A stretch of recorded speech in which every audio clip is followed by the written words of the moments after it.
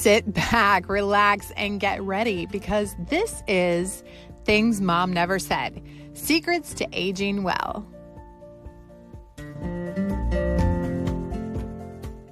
Okay, welcome back to Things Mom Never Said, Secrets to Aging Well. It is I, April Rocky, and this is my mother, Sherry. And we are coming back to you for another amazing episode in our transformative year this year in our season 4. So this time we are bringing to the table an expert in something that I know my mother really enjoys talking about. Okay, you're right.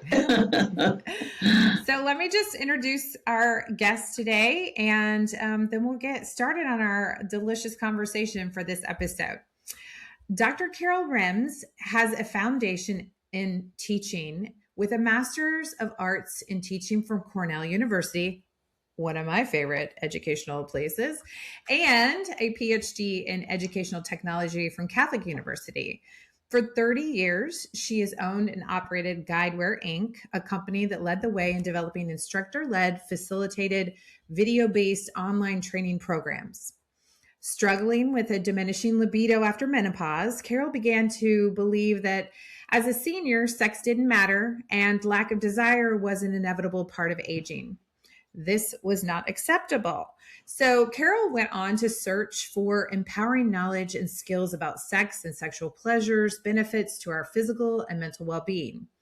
After 8 years of research, health, the brain, plant-based medicinals, communication, personal attitude adjustments, in the flesh application, and some intimacy coaching and learning to be mindful, eureka, she found it. In her book, Best Sex Ever After Menopause, Carol shares a raw and honest account of her journey to regain sexual pleasure after menopause. With a history of breast cancer and a fear of hormone replacement therapy, she found herself feeling disconnected from her own desires, despite being in a loving relationship with her 7 years younger, supportive husband. Through years of research, introspection, and practical application with the help of medical health writer and intimacy coach Molly Carter, Best Sex Ever After Menopause unlocks empowering knowledge and skills and how to actualize them with love. Welcome, Dr. Carol. Thank you so much. Mm-hmm. We are super excited to have you on today because this season we are concentrating on topics and experts who can help us as women transform to have a better life. And seeing as how my mother has already in her post-menopausal phase, and I am currently steeped in my menopause journey, this is a really great moment for us to talk about the possibilities of keeping sex alive in our lives and how to make that even better post-menopause. So if I may, can I tell everyone that you have 8 decades of wisdom to share with us? And one more year. I just add another year. So at 81, and with everything in your book, I feel like you have so much to share with us today. So can you tell us what led you on this journey? Yeah, well, I think it started because I married a man who's 7 years younger. Mm-hmm. So I went through menopause very young, in my mid-40s. I had married at 40. So, between 4 and 5 years later, when all of a sudden I'm starting to go through menopause and have loss of estrogen and all the other issues that go along with that, I began to have this attitude that at my age or at our ages, that maybe sex wasn't really important or a part of our life anymore. And that was simply not acceptable, as I say, to my lusty, loving younger husband. Also around the same time period, and given my age, we have to kind of go back to really, we didn't have much discussion about sex when I was growing up. There were no sex education classes, and we never discussed menopause. I knew my mother was going through menopause. I didn't really know how long it took or really what it did to her body or her mental attitude or anything. I had an older sister by 3.5 years. So when I was going through it, what do you look for any sources or help about what the changes are? Of course, this is all very different now, very dramatically different. I mean, it's amazing. People like Oprah Winfrey and the actresses and Michelle Obama, who have come out now and openly talk about it. So at that time period, I didn't know what to do. And I kind of, sort of started my own search for some kind of solutions. And and it took a long time. So that's how it began. And it started with getting breast cancer. I was, after my surgery, Washington State had just become the second state to have legal medical cannabis. And I was having trouble with a number of issues, adjusting to the radiation and lack of appetite and sleeping and all of that. And well, they said, look, try the medical cannabis. And I did. And one of the things that happened with that was it can be a stimulant. And so that was an interesting thing. And also, again, on this journey through menopause, I've been relatively vain my life growing up. I like to look as best I can. And I discovered that I had rosacea, which causes a lot of flushing in your face. And I was told by my dermatologist that it really wasn't anything that could be cured. So I thought, well, maybe I'll look for makeup that we can put on my face that will cover it up. And I found a makeup that had this strange ingredient or plant called sea buckthorn. It has many different names, but it's an ancient shrub that's grown high up in the Himalayas or in very cold climates. And it's been used in different medicines for many, many years. And it claimed it was a component of a makeup that I was going to use. Well, that helped me with my makeup. And I also found that it also did medicinally, it helped your mucosa. And when you have vaginal dryness, to take anything, people would take hormones. In my day, again, hormones were not available for us. And when the study came out about hormones, that was done. It was like, hormones are horrible. They're going to cause you cancer. So that was not an option for me. Very different today. Now we have all kinds of people, doctors, and again, well-known women publicly who talk about taking hormones for their health. We have much more research about that. So I didn't have a lot of options to take care of my vaginal dryness, my lack of sexual desire. So it was through these natural plants that began to help me. Now, there's also had to be a mental adjustment because we're told after menopause that we're now old women, Yeah. past our desirability, right? Mhm. And just kind of you're a crone. So maybe you're a wise old woman who'll sit in the corner giving advice. So what I did discover, and that again happened much later in my journey, there's a book here I'm going to show you called The Menopause Brain. A lot of these books that were very beneficial for me came out after I published my book, but it affirmed what I had known. Lisa Mosconi has a PhD, but she's a neuroscientist. And what she explains in her book is that all human beings who go through puberty, our brains change, whether you're a male or a female. All women who have to go through pregnancy, our brain changes. And all women who go through menopause, our brain changes. And guess what? The new brain we get through menopause is pretty terrific and makes us superior to our male counterparts. Okay? So, in all of this, I began to find solutions that were sort of to my situation. And the other thing that I learned that was really important came about our brain. Besides the fact that I learned about the fact that we get 3 different brains in our life if we're a woman and go through that, I also learned about our emotions and how we feel about different things in life. And that came from another book called How Emotions Are Made. And all of that led me to also an area called neuroplasticity. I learned that our brains can change based upon our thoughts and our actions. So many times you'll read about people who decide they want to do something and have no background for it, have no experience for it, but they become dedicated to doing that. Let's say being in the Olympics or learning a new job or learning a new skill.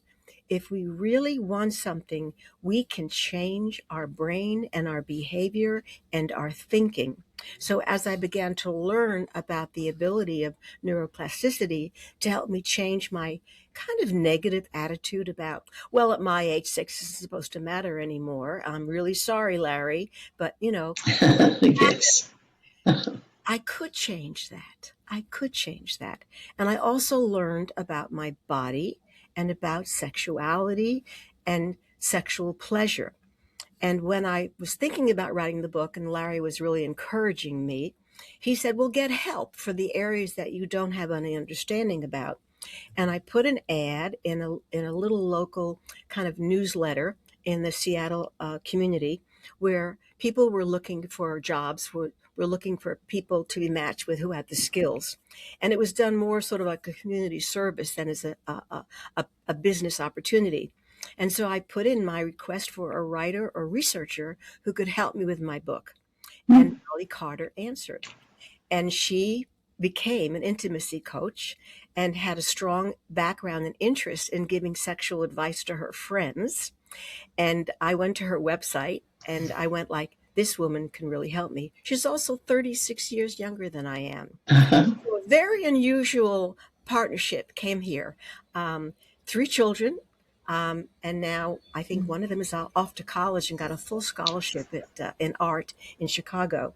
So we joined forces, and Molly was going to take care of the intimacy parts of it, about our genitalia, women's and men's, and talking about the other things that we do in terms of our sexuality and sexual pleasure. And I was going to focus on our attitude, our mindsets, and some very important true research. Sexual pleasure is very beneficial for our health and well-being, not when we're assaulted, not when we're not a open and willing partner or participant in that experience. But if we are positive about it, it helps us physically and mentally. And that is documented in my book. Of all the emotional and physical benefits to having sexual pleasure and what could it do for our health and well-being. And so I began to look at the other areas and the parts of this little puzzle that I wanted to put together for how I healed and changed. And definitely it came from cannabis. And I make it very, very clear. Recreational cannabis is not legal in all of our states. Many people of my age take multiple medication. I don't have to take any. In fact, I think we almost take too many, but that's kind of the way it goes right now. And that if one is interested and have the opportunity to, I try to guide you through that process. It can be very helpful. I do not smoke.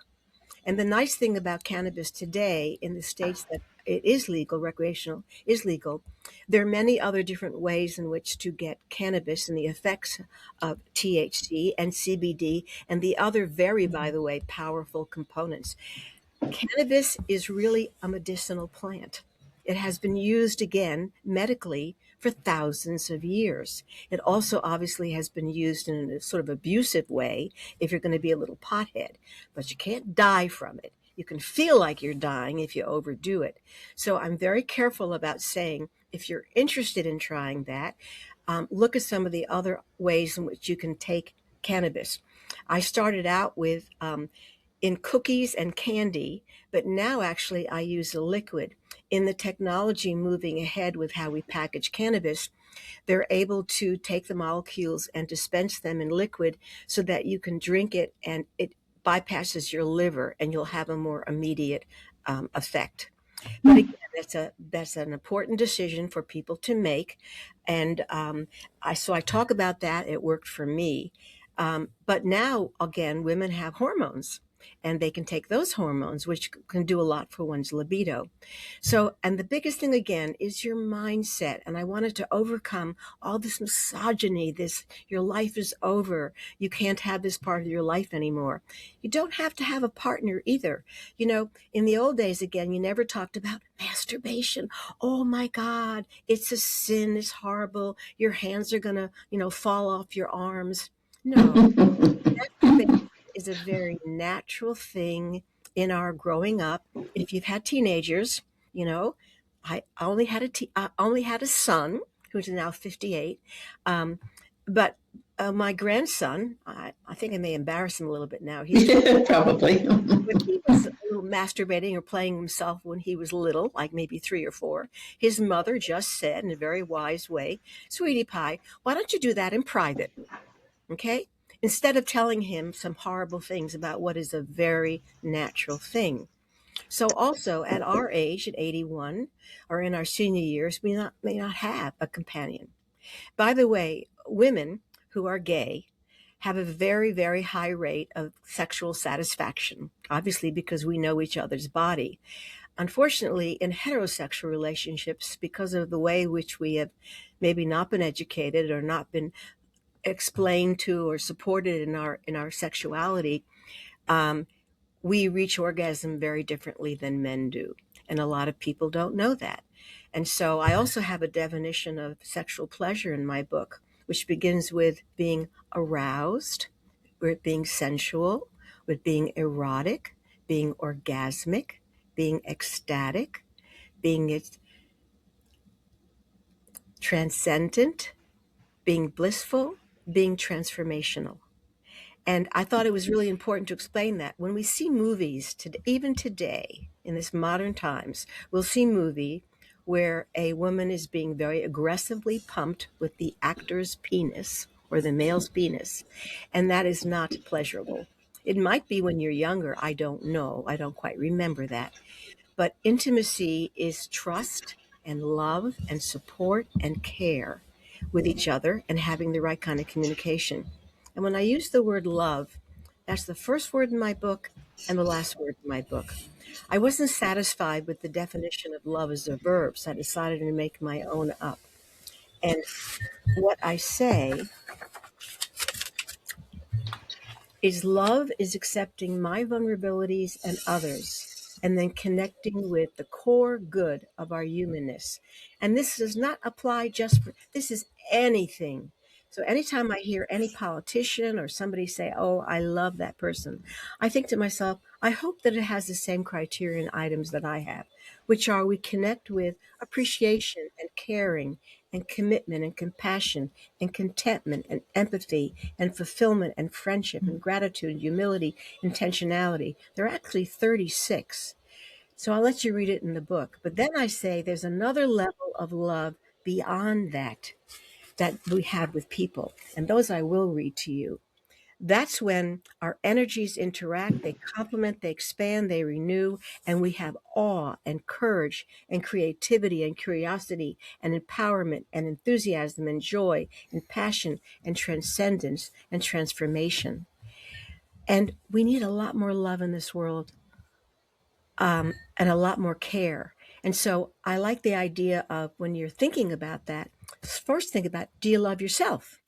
And when I began to sort of accept myself with all my vulnerabilities and began to say, if these things are important to me, I want to have them back in my life.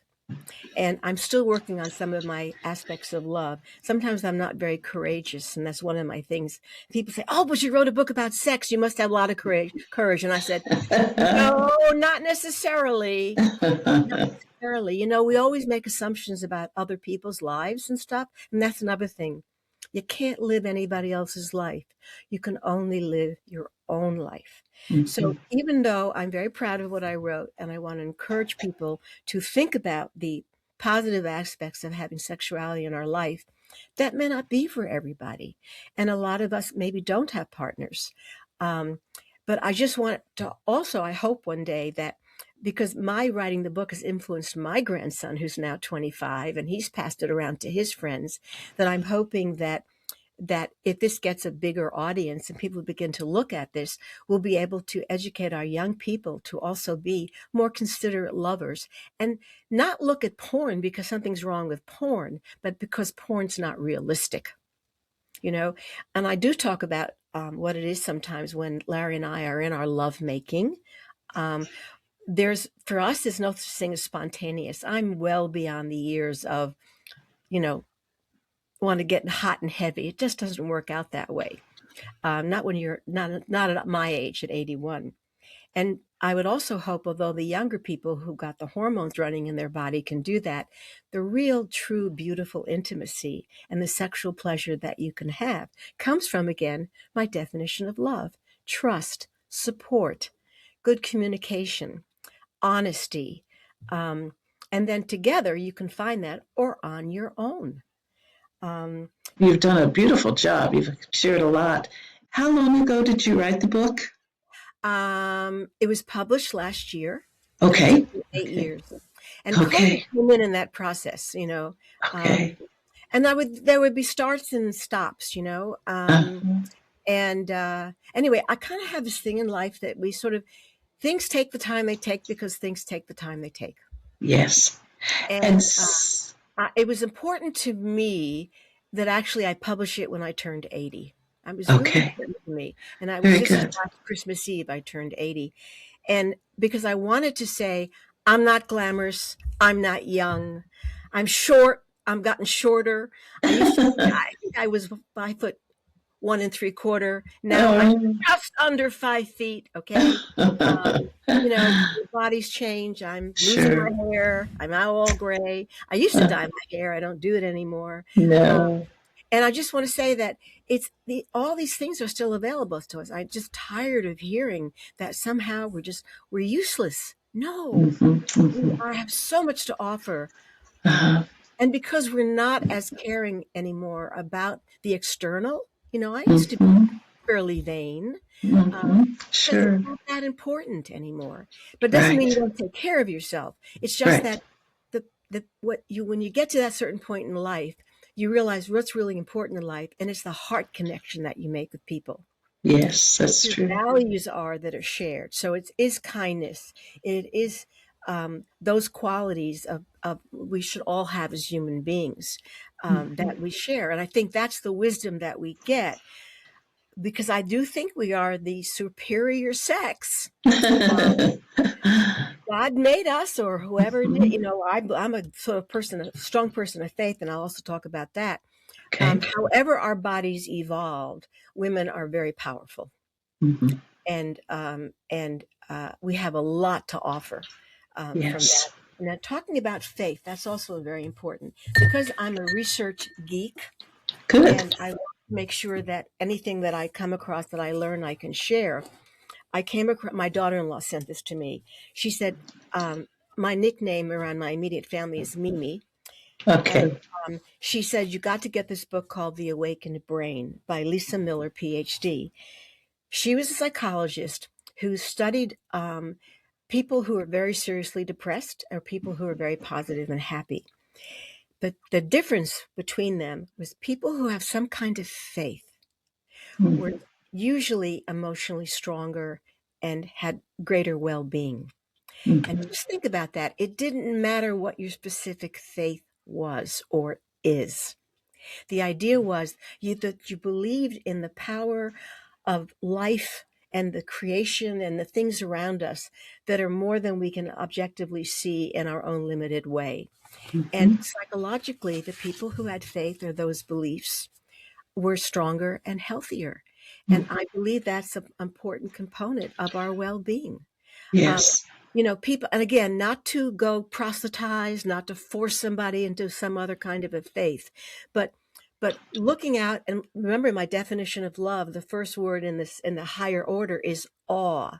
So I say, go out in nature. Fall in love with flowers or trees or the ocean or the mountains or a beautiful desert. I mean, look around life and see what gives you awe. And again, we don't have the answers for that. because Right. we're learning some of that. We're learning, look, I'm in awe at what we're learning about our bodies from science and research. Right. I'm in awe that somebody can go to space and walk on the moon. So the Mhm. idea of faith is faith in science that you're working on, faith in a book that you've written, faith in how you're going to raise your child who is handicapped. I mean, so that's another important dimension for me of life and of love. Mhm. Yeah. Any question to share? I do have a question.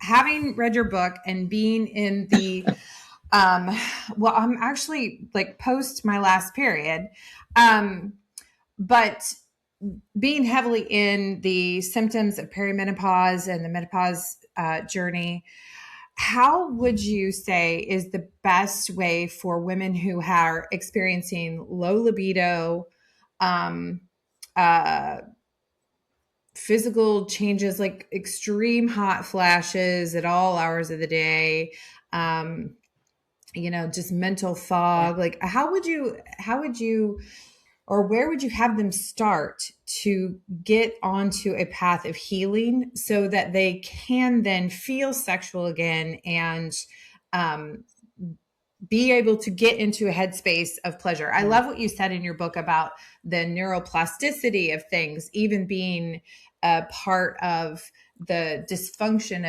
of arousal, right? You can't, if you're thinking about all these things and in your head, you're just like a robotic, That's right. I'm having the moment. Right. That can play a huge role. So where would you say that we begin to get our sexuality back? Remember, I'm not an MD. I only have my own experience. Here again, okay. I would recommend, this is what worked for me. Again, it gets back to your mindset. If you want something, you can start to make it happen. When people make a determination, that's the brain again, to say, I want to have sexual pleasure back in my life again. I want to get turned off and turned on again. And you're going through some of these horrible symptoms of going through menopause. So what I say, and I kind of did it for myself, because Larry sort of gave me an ultimatum. He wasn't going to divorce me, but it was not so happy to hear that he wasn't happy with our marriage at that point if I was going to say that the sex is blah, and he's slightly better than me. So Sure. I made the determination that I was going to somehow recoup this. So my feeling is, look at some films where you like the actors. Get some good dirty books that turn you on. I mean, I really mean that. Get yourself in the mood. Now, this is where cannabis comes into play. Cannabis, if you do it right, and I talk about experimenting with it in my book, and you can get it, and you can get it, for your in Florida, you can get it medicinally, and that can help you with your libido. Experiment. So do different things to get you sort of in the mood. Fantasize. It doesn't have to be your spouse. It can be anything you want to be. I do believe that in healthy relationships, that it doesn't matter as long, listen, I know of people who are polyamorous. Um, that's a decision that they make. That doesn't interest me. I write in my book about people who are in sexual coupling or situations where they are in a group. I'm not into that. But I have researched in one of my books that talks about that. If there is trust, respect, all the dimensions of love that I've talked about, I believe that these kinds of sexual couplings or groups can come together and have the same kind of sexual pleasure that I can have with my husband. Again, it's your mental attitude. So in terms of what the physical issues that you're going through, and I honestly accept that, if it still intrigues you, then maybe look for some books, look for some fantasies that you want to have. And I certainly advocate sex toys. They really do work. I remember I never used a sex toy until I was 60. Shame on me. I worked with the phone company, and fellow employees, they were younger than me, but not that much younger, were talking about their sex toys. I went, I've never used one. I have no idea why that happened, but whatever. They looked at me like, oh, you're missing. And they thought I was kind of geeky. Right. I learned when I was 60 years old, they were right. Sex toys are great. And Right. much better than they were when I was, 20 years ago. Um, And with some help on lubrication, I use coconut oil. You can do that. And again, get yourself in the right mood. Maybe it's a glass of wine. Maybe it's beer. Maybe it's a movie. Maybe it's music. Maybe it's fantasizing. So I think that all these things are open to us. There's nothing wrong with them. Now, do you offer services like through counseling? How do you let other people? I don't do that. I encourage you to buy my book and Okay. then to contact Molly Carter. Molly Okay. Carter lives in Pennsylvania, and she is a intimacy coach.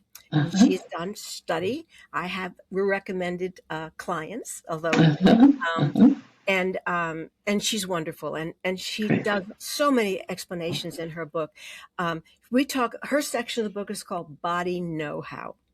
Okay. And we start at a very elementary level. I never heard the word clitoris until I was, 50 years old. You know, there's the vagina monologues, which are about vagina is an important part of our body, but our clitoris is our sexual part of our body. And I never understood that. I never understood how to approach it, how to find it, how to touch it, how to guide somebody else in that. So Molly, in that portion of my book, talks about body know-how and also about male genitalia. And so that's in the book. And Molly, I have her website address in the book, and you can call Molly up, and she's just down to earth, wonderful woman. I said 36 years younger, and she herself now is going through menopause. Apologize for my in and out. Very good. Well, I've enjoyed so much of everything that you've had to say. It's been very interesting. Well, I just want to qualify it again. It's just my opinion and what I have learned. And the more, I think what's really important is that women get together with other women and we share our experiences.